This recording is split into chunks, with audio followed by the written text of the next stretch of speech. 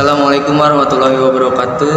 Saya Rizky sebagai moderator di kelompok 1 yang terdiri dari Desi Indonesia, Al-Hakim, Akbar, Riyadi, Krishna, dan saya Rizky.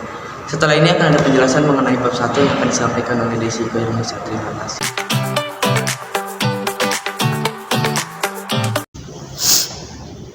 Assalamualaikum warahmatullahi wabarakatuh. Saya Desi Hairunisa sebagai penjelasan materi ingin menjelaskan materi tentang bab 1, yaitu masuknya agama Islam ke Indonesia. Baik, di bab 1 ini ada 4 pembahasan. Yang pertama, proses masuknya Islam di Indonesia. Yang kedua, cara-cara Islam masuk ke Indonesia. Dan yang ketiga, perkembangan Islam di Indonesia. Dan yang terakhir, pengaruh terhadap peradaban di Indonesia dan belajar dari sejarah.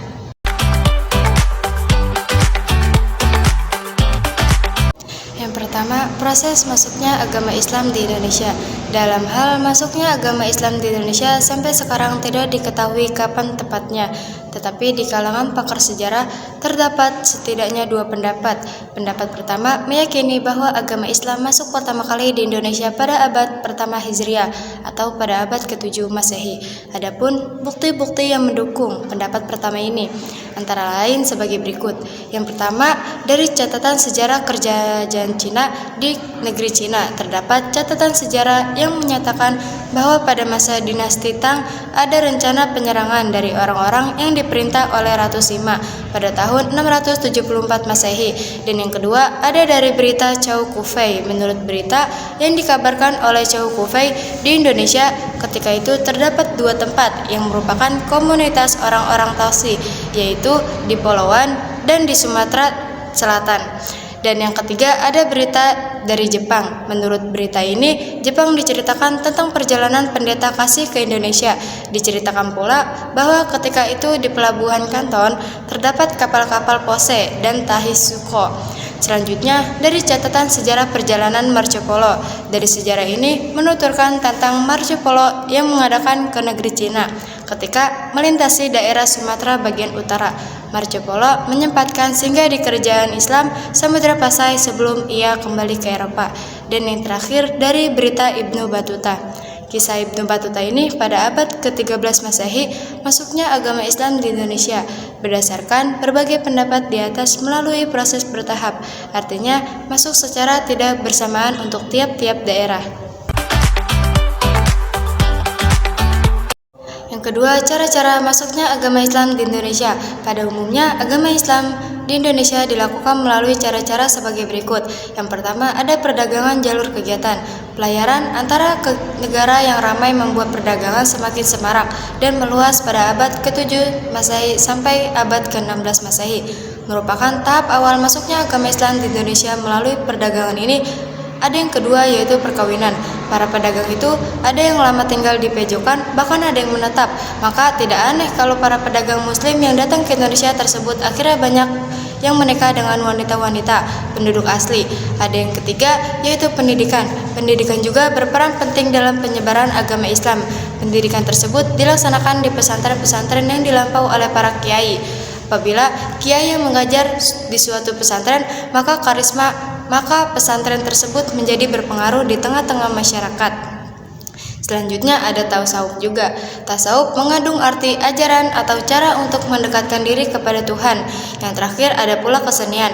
Penyebaran Islam juga dilakukan melalui kesenian. Peninggalan dari hasil penyebaran agama Islam melalui dunia seni ini banyak kita jumpai. Contoh peninggalan seni tersebut misalnya seni pahat, seni musik, seni sastra, dan bangunan-bangunan.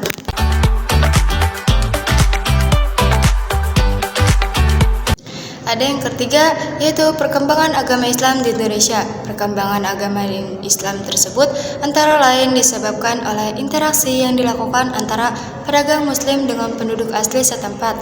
Adapun perkembangan agama Islam di daerah-daerah Indonesia meliputi antara lain, yaitu yang pertama di Sumatera, dan yang kedua di Jawa, serta yang ketiga di Kalimantan, Maluku, dan di Sulawesi.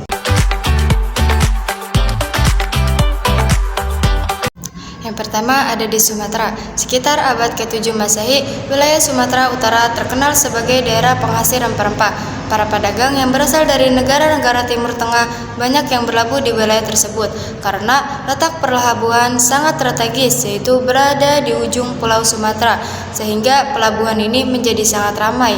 Para pedagang dari Timur Tengah kemudian berdagang di daerah ini sambil menyebar agama Islam. Yang kedua ada di Pulau Jawa.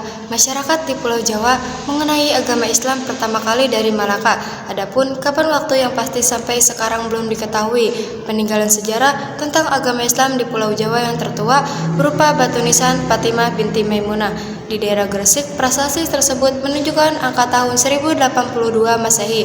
Tetapi prasasti tersebut belum merupakan bukti kuat bahwa agama Islam sudah masuk di daerah Jawa Timur pada saat itu.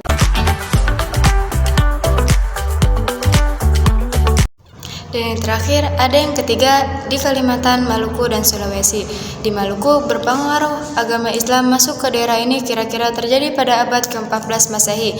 Sedangkan di Sulawesi bagian selatan, pengaruh agama Islam diperkirakan masuk ke daerah ini pada abad ke-16 Masehi. Penyebaran agama Islam di daerah ini banyak disebabkan adanya konversi pusat kekuasaan, yaitu di kerajaan di Sulawesi dan Maluku. Pengaruh agama Islam juga tersebar dengan jalan damai, tanpa kekerasan. Proses penyebaran yang baik ini terkait erat dengan adanya jalur hubungan perdagangan dan pelayaran internasional di Malaka, Jawa, dan Maluku. Kita masuk ke yang terakhir, pengaruh Islam terhadap peradaban Indonesia yang memiliki posisi tragis dalam menempatkan menjadi salah satu pusat perdagangan internasional di kawasan Asia Tenggara. Lalu, lintas perdagangan internasional ini jelas memberikan kontribusi sosial ekonomi bagi wilayah Nusantara. Saudagar Muslim baik dari Arab Persia, India, Cina maupun dari berbagai macam negara, bahwa pengaruh budaya mereka dan pada akhirnya kehadiran mereka ikut mempengaruhi pola pikir, sikap, dan budaya masyarakat di tanah air. Perkembangan ekonomi di Nusantara mengalami perkembangan yang cepat setelah terjalinnya kontak dagang dengan para saudagar dari berbagai belahan negara di dunia, masuk ke belajar dari sejarah menyiarkan agama baru kepada penduduk yang telah menganut suatu agama bukanlah persoalan yang mudah dan ringan.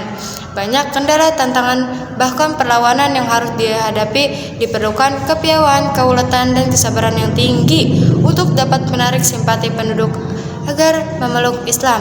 Dan kesuksesan dakwah Islam di Indonesia ini antara lain disebabkan oleh beberapa faktor. Salah satunya ada hadis yang berisi sampaikan dariku walau satu ayat.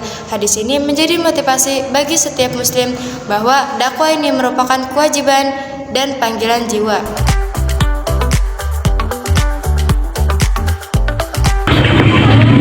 Baiklah, saya Rabatun Hasanah mengenai apa yang dibahas tadi. Jadi kesimpulannya, sejarah masuknya Islam awalnya dibawa oleh pedagang Gujarat, lalu diikuti oleh pedagang Arab dan Persia.